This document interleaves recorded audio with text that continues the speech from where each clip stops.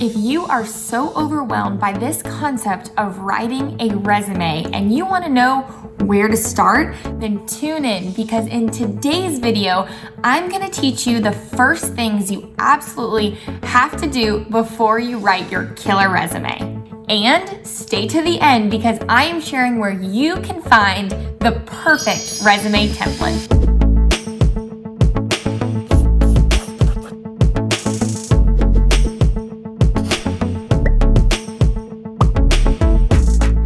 Hello everyone, my name is Ellie over here at Forth. If we haven't met yet, you can find us at goforthllc.com or at Forth_LLC on Instagram.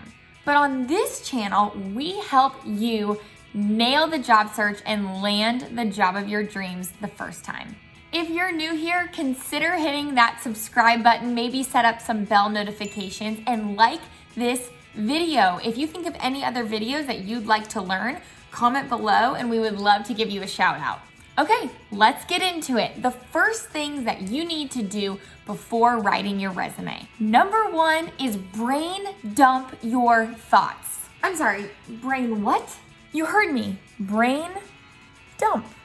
If you are not familiar with this term, I use it pretty much daily, getting all of these thoughts rolling around in our head onto paper. So what does that mean?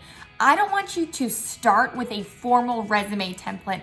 I don't want you to try to plug and play and edit before you get every single thought in your head about what it is that you have done on a sheet of paper. And when you go through this brainstorming exercise, it's gonna be more like chicken scratch.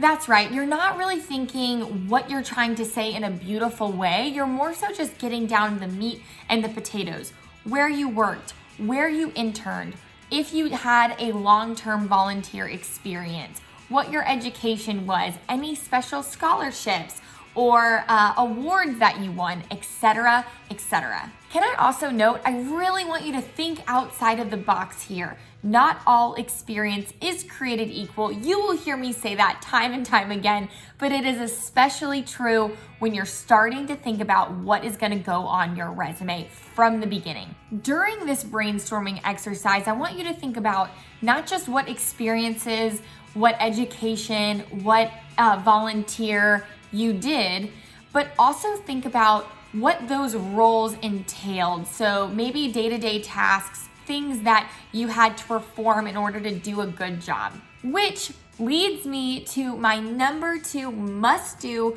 when it comes to starting to write your resume. And coming in at number 2, I want you to ask yourself, with every single experience, how did I go above and beyond? There is something that I talk about a lot in Forthland, and this is that your resume should not read like a job description. Are you confused? This could be confusing, so sit back. I want to explain further.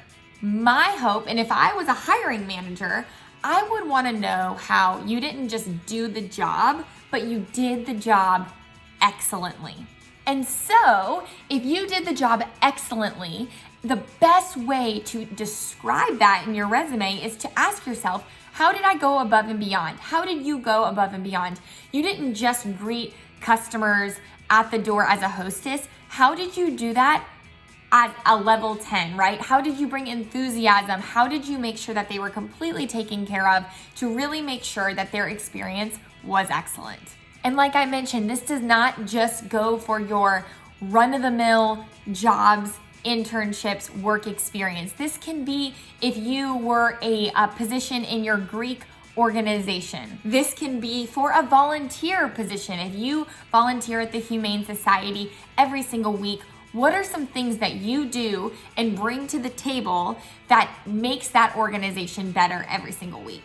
Here's a little bonus content for you as well. If you don't know how to answer that question, number 1, find out if you are indeed going above and beyond. And number 2, ask your boss or ask your friend or ask your manager or ask your parent or whoever knows you well, ask them what they think you've done to go above and beyond in your work.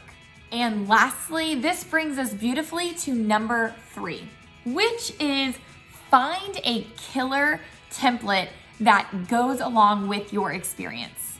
Pause button, listen up, perk your ears if you are listening to me. Stop everything that you're doing and hear me when I say your resume is not an expression of your creativity. Don't hurt me, I'm on the camera, don't hurt me. But seriously, your resume is not meant to be this beautiful portfolio. That's what portfolios are for, and personal websites, to show your individual creativity. The point of a resume is to get the point and your value across to the resume reader. So you do not want to distract them with pretty colors or images or creative fonts. This needs to be a professional document that clearly explains the value that you bring to the table. Now, if you have not been throwing darts at this TV or your phone saying, I don't want to listen to you anymore, thank you for bearing with me, because that is a controversial topic and it is something that I genuinely believe wholeheartedly. Now, lucky for you, we actually have a proven resume template that we have tested with hiring managers that is guaranteed to help you explain your value, and you can find that at the link below. So there you have it. Those are the 3 things you absolutely need to do before you start writing your resume. Number 1, brain dump your thoughts. Number 2, ask yourself, how did I go above and beyond? Then number 3, find a template, and find a template that really expresses your value over your creativity. That's all we've got for you today. Thank you for tuning in. Comment below what you learned, what you loved, and what you want to learn from us next. We would love to serve you better in that way. That's all I've got for you today. We will see you next week when we drop our new video on Tuesday. And until then, go forth and get ready to write a killer resume.